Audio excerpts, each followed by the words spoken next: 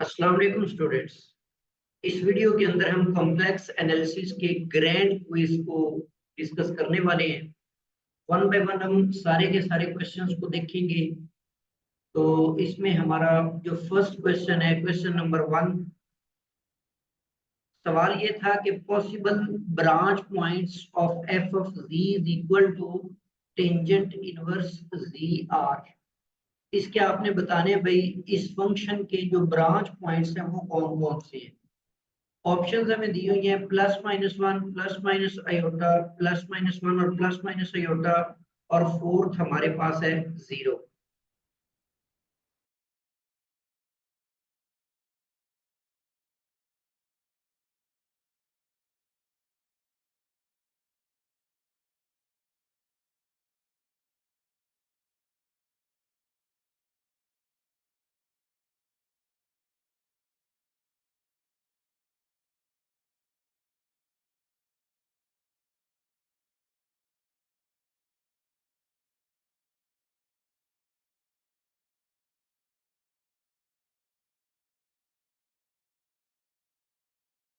जी, अब ये branch points में ये फाइंड करने का तरीका ये है कि जो फंक्शन भी आपको दिया हुआ है ना, उसका सबसे पहले आपने डेरिवेटिव जो है वो फाइंड आउट करना है। तो टेंजेंट इनवर्स का डेरिवेटिव 1/1 प्लस जी स्क्वायर होता है। अब जहां पर ये डेरिवेटिव अनडिफाइन हो जाएगा, वो वाले जो पॉइंट्स होंगे वो ब्रांच पॉइंट्स होंगे। तो इसका जो फंक्शन है, इसके डिनोमिनेटर को 0 के इक्वल पुट कर ले। इसको आप सिंप्लीफाई करके यहाँ से z की वैल्यूज निकाल। तो हमारे पास जो पॉसिबल z की वैल्यूज आई हैं वो आयोटा और माइनस आयोटा है। तो टेंजेंट इनवर्स के जो ब्रांच पॉइंट्स हैं वो आपके पास प्लस माइनस आयोटा होंगे। सेकंड क्वेश्चन है cos आयोटा x किसके इक्वल होता है। साइन हाइपरबोलिक एक्स है, आयोटा साइन हाइपरबोलिक एक्स है, कॉस हाइपरबोलिक एक्स है, आयोटा कॉस हाइपरबोलिक एक्स है। तो इसकी ऑप्शन सी जो है ये करेक्ट ऑप्शन है। ये कैसे होगा? cos x जो होता है ये e raise to power iota x plus e raise to power minus iota x divided by 2 होता है। तो यहाँ पर अब आप x को रिप्लेस कर दें आयोटा x के साथ, तो पावर्स में जो x है वहां पर भी आयोटा x आएगा। उसको सिंप्लीफाई कर दें तो आयोटा स्क्वायर हम जानते हैं कि इक्वल टू -1। तो जहां पर भी आयोटा स्क्वायर है -1 लगा दें, तो ये आपके पास इसकी वैल्यू आ गई। That is equal to cos hyperbolic x। cos hyperbolic x जो होता है ex plus e raise to power minus x divided by 2 होता है। तो ये बेसिकली इसी के इक्वल आ गए। तो cos आयोटा x जो है ये cos हाइपरबोलिक x के इक्वल। क्वेश्चन नंबर 3 है which of the following is single valued function. इसमें से ये जो f of z is equal to log z है, लोगारिथमिक फंक्शन भी मल्टी वैल्यूड होता है, और जो स्क्वायर रूट है ये भी मल्टी वैल्यूड है। तो सिंगल वैल्यूड जो है वो एक्सपोनेंशियल फंक्शन होता है। Exponential function is single valued. तो C option is correct option. Question number 4 है which of the following limit exist। एक पहला पहला जो ऑप्शन है उसमें z conjugate divided by z दिया हुआ है, और सेकंड में z conjugate square divided by z। या ये दोनों लिमिट्स एग्जिस्ट करती हैं, ये इनमें से दोनों ही नहीं करती। तो ये हमने बताना है जी। इन दोनों लिमिट्स को हम इवैल्यूएट कर लेते हैं। बेसिकली यहाँ पे बी ऑप्शन जो है ना ये करेक्ट ऑप्शन है कि ये वाली लिमिट एग्जिस्ट करती है, ये लिमिट एग्जिस्ट नहीं करती। तो दोनों को हम सॉल्व कर लेते हैं। यहाँ पर ये मैंने सॉल्यूशन दिया हुआ है z conjugate x minus iota y और z जो x प्लस आयोटा y। अब कॉम्प्लेक्स एनालिसिस के अंदर जब हम लिमिट कैलकुलेट करते हैं तो उसमें हम कोई भी पाथ चूज कर सकते हैं उस लिमिट को अप्रोच करने के लिए। तो पहले मैंने लिमिट अलोंग एक्स एक्सिस ले ली, तो एक्स एक्सिस का मतलब है कि y 0 होगा, तो अबव एक्सप्रेशन के अंदर y 0 पुट करके लिमिट आपके पास, फिर आपने लिमिट की वैल्यू अलोंग y एक्सिस निकाली, y एक्सिस का मतलब है x 0 आपने लेना है। इस सूरत में हमारे पास -1 आ गया, तो 1 और -1 दोनों सेम नहीं है, तो इसका मतलब ये हुआ कि limits are not same, so limit does not exist. तो पहली लिमिट एग्जिस्ट नहीं करती। इसी तरह सेकंड लिमिट को इवैल्यूएट करें, तो कोई भी आप पाथ चूज करके उस पाथ के अलोंग ये लिमिट लेंगे। मैंने तो जस्ट ये 2 पाथ्स लिए अलोंग एक्स एक्सिस और अलोंग वाई एक्सिस, इसके अलावा भी अगर आप कोई पाथ चूज कर लेंगे तो आपके पास सेम ही आंसर आएगा। तो सेकंड लिमिट जो है वो एग्जिस्ट कर देती है। नेक्स्ट हमारे पास है जी question number 5, for the function f of z is equal to mod of z, which of the following is true? पहली ऑप्शन है f of z has infinite number of singularities, दूसरी ऑप्शन है कि ये फाइनाइट नंबर ऑफ सिंगुलैरिटीज रखती है, तीसरी option है कि ये एनालिटिक है, और यह नन ऑफ दीज है। तो सबसे पहली बात, ये एनालिटिक नहीं है, लेकिन इस फंक्शन में सिंगुलैरिटीज भी नहीं है, क्योंकि सिंगुलर पॉइंट्स उनको कहते हैं जहां पर फंक्शन एनालिटिक नहीं होता, और खुद जो फंक्शन होता है वो भी उस पॉइंट के ऊपर डिफाइन नहीं होता। लेकिन यहाँ पर फंक्शन तो सारे पॉइंट्स पर डिफाइन है, बट ये एनालिटिक नहीं है कहीं पर भी, तो ये एनालिटिक तो नहीं है। इसके साथ साथ इसकी सिंगुलैरिटीज भी एग्जिस्ट नहीं करती, ना तो फाइनाइट सिंगुलैरिटीज है ना इनफाइनाइट है। तो डी ऑप्शन जो है ये आपके पास करेक्ट ऑप्शन है। क्वेश्चन नंबर 6 है कि अगर z एक कॉम्प्लेक्स नंबर है such that its mod is 1, then 1 plus z mod square plus 1 minus z mod square is equal to, तो इसको हम कैलकुलेट कर लेते हैं। ये हमने कॉम्प्लेक्स एनालिसिस के अंदर एक रिजल्ट पढ़ा हुआ है कि z का जो मॉड का स्क्वायर होता है ये इक्वल होता है z इंटू z कंजुगेट। अब ये वाली चीज हमने यहाँ पर, ये आइडेंटिटी हमने यहाँ पर यूज करनी है, क्योंकि ये मॉड के ऊपर स्क्वायर है तो हम इसको इस तरह से राइट करेंगे। ऑप्शन सी बेसिकली जो है वो यहाँ पर करेक्ट होगी, इसका आंसर जो है वो 4 आएगा। तो मजीद हम इसको वेरीफाई कर लेते हैं। 1 प्लस जी मॉड स्क्वायर को हमने 1 प्लस जी और 1 प्लस जी का कॉन्जुगेट राइट कर लिया, मतलब ये वाला रिजल्ट हमने यहाँ पर यूज कर लिया। इसी तरह आगे हम 1 माइनस जी और 1 माइनस जी का कॉन्जुगेट लिखेंगे। अब हमने ये भी एक रिजल्ट पढ़ा हुआ है कि z1 प्लस z2 का जो टोटल का कॉन्जुगेट होता है इसको हम सेपरेट कर सकते हैं, z1 conjugate plus z2 conjugate. तो इस तरीके से हम ये वाली यूज कर, तो इसको अगर हम यहाँ पर यूज करें तो सिंप्लीफाई होकर रिजल्ट आपके पास ये आ जाएगा। इनको आपस में मल्टीप्लाई कर दें, मल्टीप्लाई करने पे ये z conjugate negative z conjugate से कैंसिल होगा, z माइनस z से कैंसिल, और ये z into z conjugate z mod square बनेगा, ये भी z मॉड स्क्वायर बनेगा। तो z मॉड ऊपर में सवाल में दिया हुआ है कि इक्वल टू 1 है, उसकी वैल्यू पुट करके तो 4 इसका आंसर आ जाएगा। क्वेश्चन नंबर 7 है आर्गुमेंट ऑफ z कॉन्जुगेट। तो इसकी करेक्ट ऑप्शन जो है ये डी ऑप्शन है। Basically argument of z plus argument of z conjugate ये 2 पाई के इक्वल होता है। तो यहाँ से आप आर्गुमेंट ऑफ z निकालेंगे तो ये उस तरफ जाके नेगेटिव हो जाएगा, ये रिजल्ट आ, डी ऑप्शन जो है ये करेक्ट है। क्वेश्चन नंबर 8 है कि विच of the following equation represent a circle. First option में आर्गुमेंट दिया हुआ है इस फंक्शन का कि इक्वल टू π/3 है, इस पे मॉडुलस इसके इक्वल है, या ये दोनों ही सर्कल को रिप्रेजेंट करते हैं, ये कोई भी नहीं करता, तो ये हमने बताना है।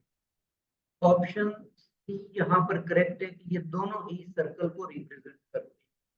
ये किस तरह से है, इन दोनों को मैंने सिंप्लीफाई करके कार्टेशियन इक्वेशन जो है वो सर्कल की बनाई हुई। तो ये इनका सिंपल सा सॉल्यूशन है, इसको आप देख लीजिए।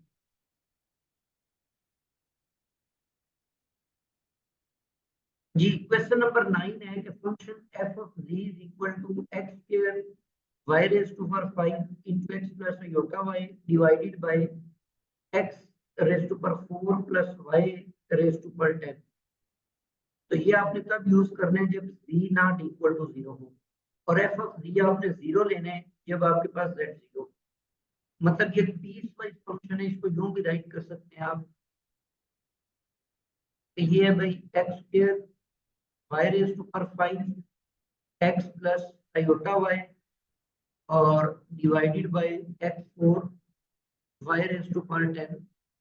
ये आपने तब यूज करना है जब z नॉट इक्वल टू 0 होगा, और आपने 0 यूज करना है जब z इज इक्वल टू 0।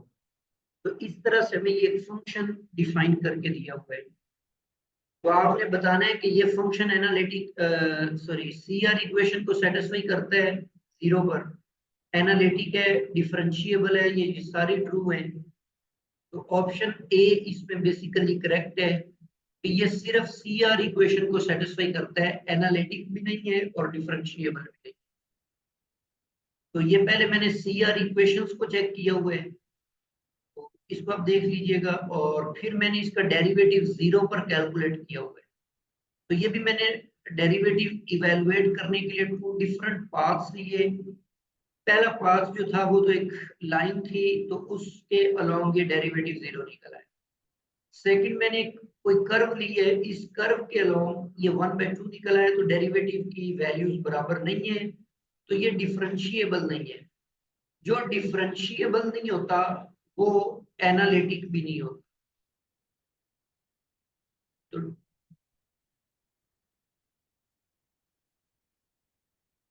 ठीक है ना, तो ये एनालिटिक भी नहीं है, जस्ट ये सीआर इक्वेशंस को सेटिस्फाई कर।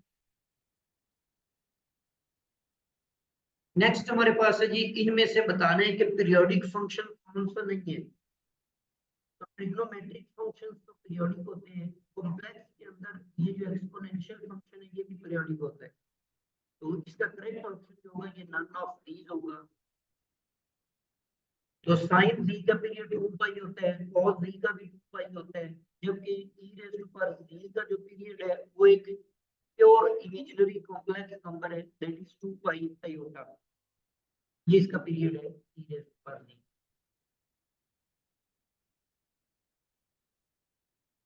क्वेश्चन नंबर है जी 11, 6 पॉइंट ऑफ बाइलिनियर ट्रांसफॉर्मेशन। पहले तो आप 6 पॉइंट को देखिए कि 6 पॉइंट होता क्या है।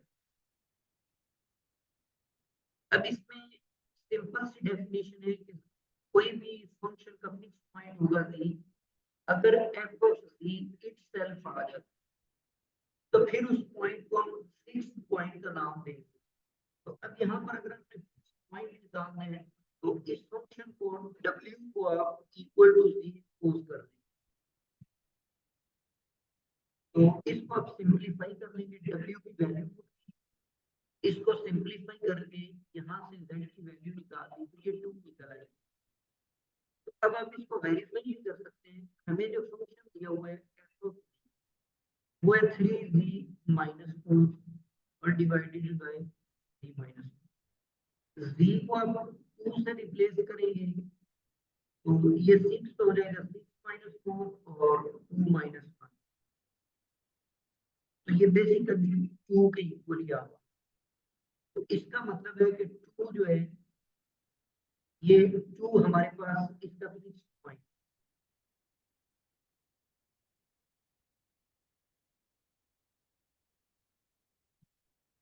जी नेक्स्ट हमारे पास है क्वेश्चन नंबर 12 है कि bilinear transformation transform the unit circle in w plane into a straight line in z plane। तो इनमें से कौन सी कंडीशन होगी कि वो एक सर्कल को मैप करे और स्ट्रेट लाइन के ऊपर मैप। तो ऑप्शन ए जो है ये करेक्ट ऑप्शन है। Equation of unit circle in w plane, unit circle की ये इक्वेशन होगी w प्लेन के अंदर। और हमें जो ट्रांसफॉर्मेशन दी हुई है बाइलिनियर ट्रांसफॉर्मेशन, उसमें से हमने न्यूमरेटर में से a कॉमन ले लिया और डिनोमिनेटर में से मैंने c कॉमन ले लिया। मजीद इसके दोनों तरफ मॉडुलस ले लेते हैं। अब हमें ये गिवन है कि w का जो मॉडुलस है वो 1 है, तो ये मैंने 1 पुट कर दिया।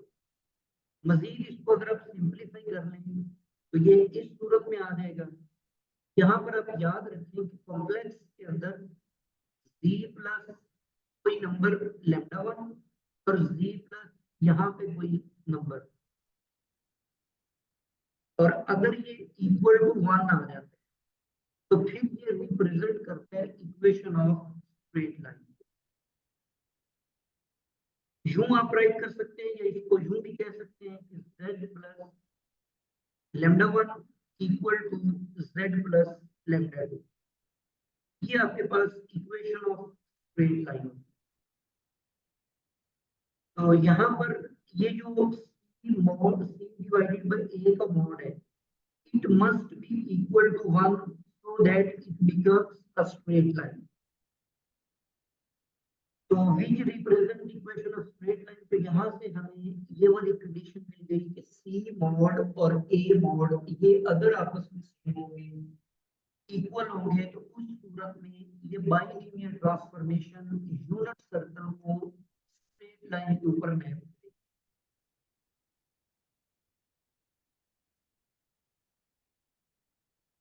जी नेक्स्ट हमारे पास है जी c एक कर्व है जो कि बेसिकली एक यूनिट सर्कल है, और ये आपको एक इंटीग्रल दिया हुआ है। तो इस इंटीग्रल के बारे में आपने बताना है कि ये किसके बराबर है। अब यहाँ पर एक थ्योरम की स्टेटमेंट माइंड में रखें। थ्योरम ये था कि if f of z is analytic,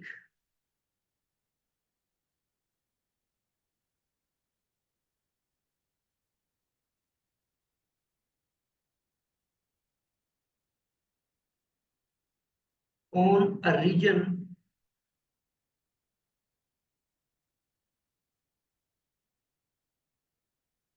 enclosed by C, then integral along closed curve must be equal to 0। ठीक है, तो अब यहाँ पर जो आपको इंटीग्रल दिया हुआ है, इस इंटीग्रल में जो फंक्शन है वो function basically f of z is equal to sine z और divided by 1 plus z square. तो अब ये कहां पर इसके सिंगुलर पॉइंट कौन से, सिंगुलर पॉइंट का मतलब है जहां पर कोई एनालिटिक नहीं होता। सॉरी यहाँ पर 4 है, तो उसके लिए सिंगुलैरिटीज फाइंड करने के लिए हम इक्वल टू 0 लेंगे और इसको सॉल्व करके प्लस माइनस 2 आयोटा, ये इसकी दो सिंगुलैरिटीज है। इसका मतलब है कि ये जो यूनिट सर्कल है जिसका सेंटर ओरिजिन पर है, एक इसके ऊपर यहाँ पर होगा y एक्सिस के ऊपर 2 आयोटा और एक इसके नीचे होगा। ये दोनों सिंगुलैरिटीज इस रीजन के आउटसाइड हैं। इसका मतलब है कि ये जो फंक्शन आपको दिया हुआ है ये इस पूरे सर्कुलर रीजन के ऊपर ये एनालिटिक है। तो अगर ये एनालिटिक है तो फिर इसका जो इंटीग्रल होगा वो इक्वल टू 0 होगा। ठीक है, ऑप्शन ए जो है करेक्ट है। तो बाकी सारा यहाँ पर उसी तरह से आप सॉल्व करते हैं।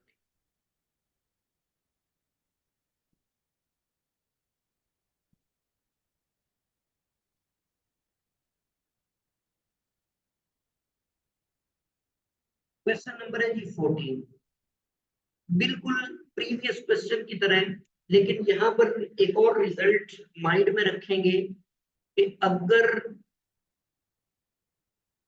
आपके पास कॉम्प्लेक्स वैल्यूड फंक्शन इस फॉर्म में आया होगा c माइनस ए और d, तो ये इक्वल होगा 2 pi iota f of a के। कार्शियस थ्योरम है ये। तो इसमें शर्त ये थी कि ये जो f ऑफ v है ना, ये आपके पास एनालिटिक होना चाहिए ऑन और इनसाइड द कर्व सी। ठीक है, तो अब इसके बटे के नीचे बेसिकली एक क्वाड्रेटिक फंक्शन है, जबकि यहाँ पर एक लीनियर फंक्शन आपको दिया हुआ है। तो अगर मैं इसकी फैक्टराइजेशन कर लेता हूं, तो फैक्टराइजेशन करके आप इसको यूं राइट कर सकते हैं। तो अब आप देखें कि हमें जो रीजन दिया हुआ है वो बेसिकली एक सर्कल है जिसका रेडियस 2 है। तो अब इस ऐसा सर्कल जिसका रेडियस 2 है, सेंटर ओरिजिन के ऊपर है। अब इसकी जो सिंगुलैरिटीज हैं, दो इसकी सिंगुलैरिटीज हैं, एक z इज इक्वल टू 1 के ऊपर है, ये बेसिकली यहां पर होगा z इज इक्वल टू 1, और एक -3 है, नेगेटिव एक्स एक्सिस के ऊपर होगा। तो यहाँ पर तो चूंकि 2 है, मतलब यहाँ पे -1 होगा। सर्कल की बाउंड्री चूंकि इसका रेडियस 2 है, तो यहाँ पे -2 होगा, यहाँ पे कहीं पे -3 आ जाए। इसका मतलब है कि ये -3 जो है ये इस रीजन से आउटसाइड है। तो इसका मतलब ये जो फंक्शन आपको दिया हुआ है ना f ऑफ z, इसको फिर आप राइट कर सकते हैं z+2 और z+3 और डिवाइडेड बाय z-1। मतलब अब इस फंक्शन को वो वाली लुक देने के लिए आप इसको यूं राइट कर सकते हैं कि ऊपर वाला फंक्शन g ऑफ z है और नीचे z-1 है।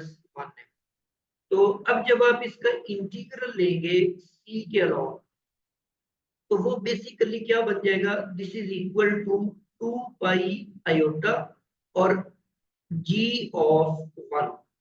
मतलब जो ऊपर फंक्शन है ना g ऑफ z, जो एनालिटिक पार्ट है, उसके अंदर ये नीचे वाली जो सिंगुलैरिटी है वो आपने पुट करनी होती है।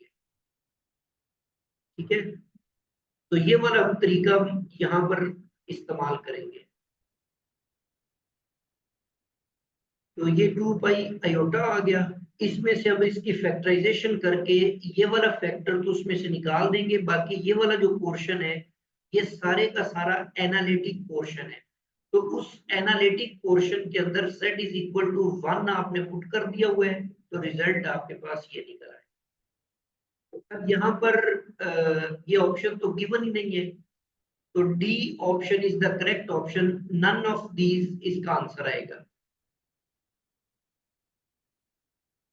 नेक्स्ट हमारे पास है जी क्वेश्चन नंबर 15।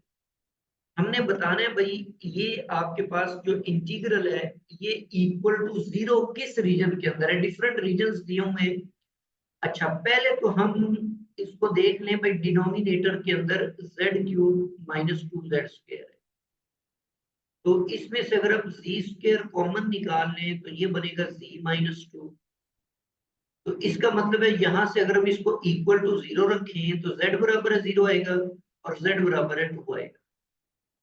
अब आपने देखना है कि जिसके अंदर ये वाले दोनों पॉइंट्स नहीं होंगे, जिस रीजन के अंदर ये दोनों पॉइंट्स नहीं होंगे, उस रीजन पर ये इंटीग्रल पूरे का पूरा फंक्शन एनालिटिक हो जाएगा और वहां पर ये इंटीग्रल 0 आ जाएगा।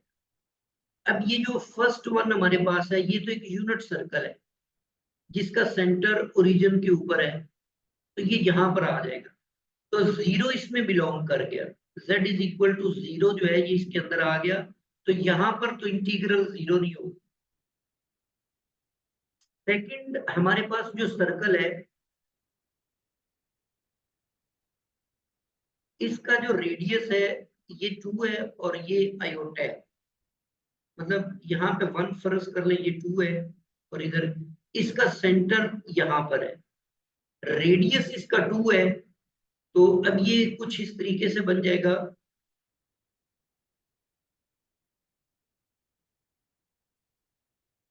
ये ऐसे बनेगा, ये थोड़ा सा ज्यादा कर दिया है यहाँ।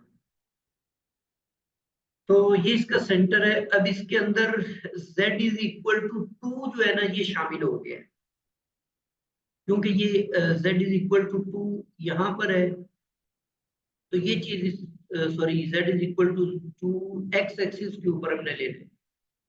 तो ये तो भाई इसके अंदर ये 2 है, यहाँ पे 1 हमने लिया था, ये 2 है, ये इस रीजन के अंदर आ गया, तो यहाँ पर भी ये इंटीग्रल जो है ये 0 नहीं होगा।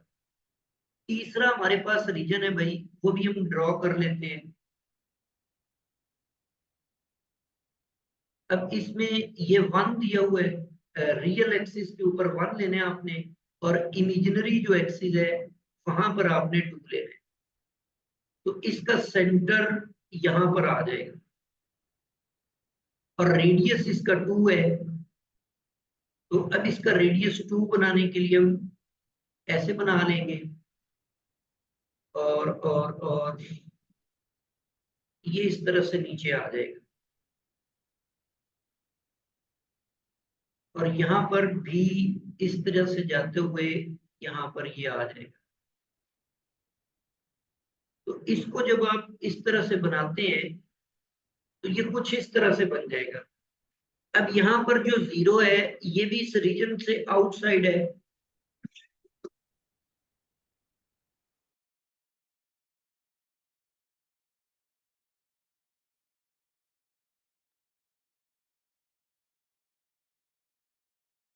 ये 2 भी इससे आउटसाइड है सर्कल में से। तो इसका मतलब है कि ये आपके पास करेक्ट आंसर है, क्योंकि इस रीजन के ऊपर ये सारे का सारा जो फंक्शन है ये एनालिटिक फंक्शन।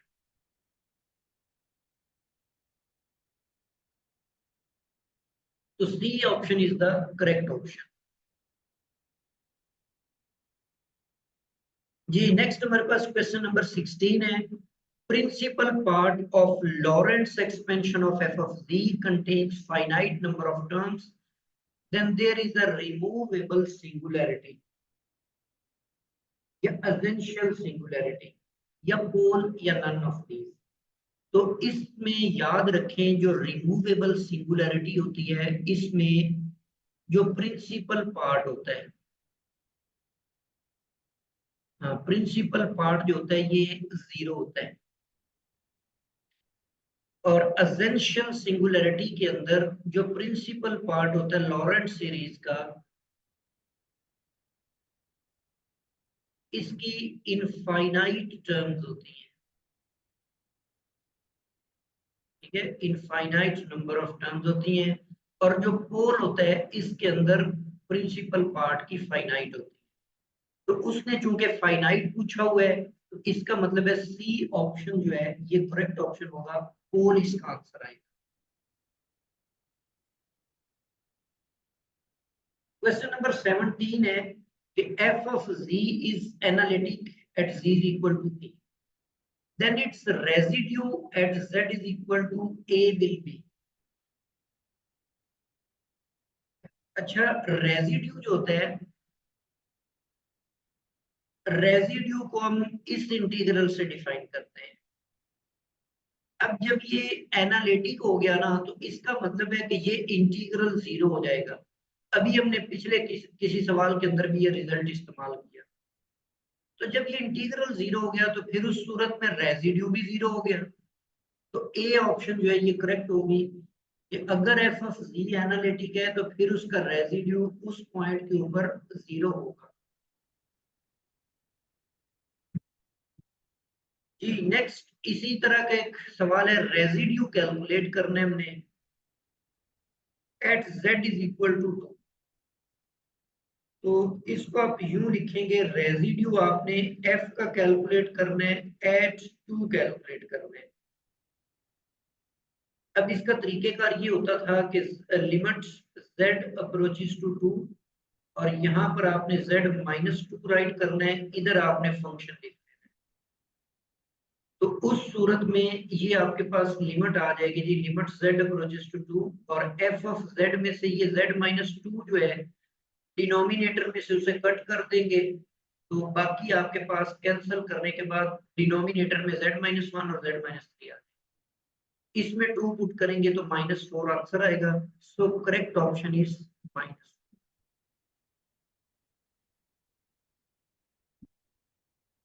क्वेश्चन नंबर 20 है। ये इंटीग्रल दिया हुआ है, इस इंटीग्रल का आंसर जो है वो बेसिकली ए है। तो ये चंद इंटीग्रल्स हैं, इनको बजाय इनके सॉल्यूशंस करने के, इस तरह के इंटीग्रल काफी सारे हैं कि यहाँ पर साइन की जगह कॉस दिया हो तो फिर ये किसके इक्वल होगा, और अगर इसके ऊपर स्क्वायर आ जाए तो फिर ये किसके इक्वल होगा।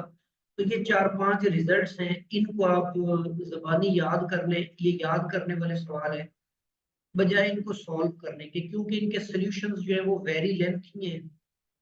तो इसीलिए इनको ना सॉल्व करने के बजाय जस्ट आप इनके रिजल्ट्स ज़बानी याद कर। तो यहाँ तक हमारा ये क्विज जो है ये इसके 20 क्वेश्चन कंप्लीट हो गए हैं। तो इसमें कोई डाउट है तो आप पूछ सकते हैं।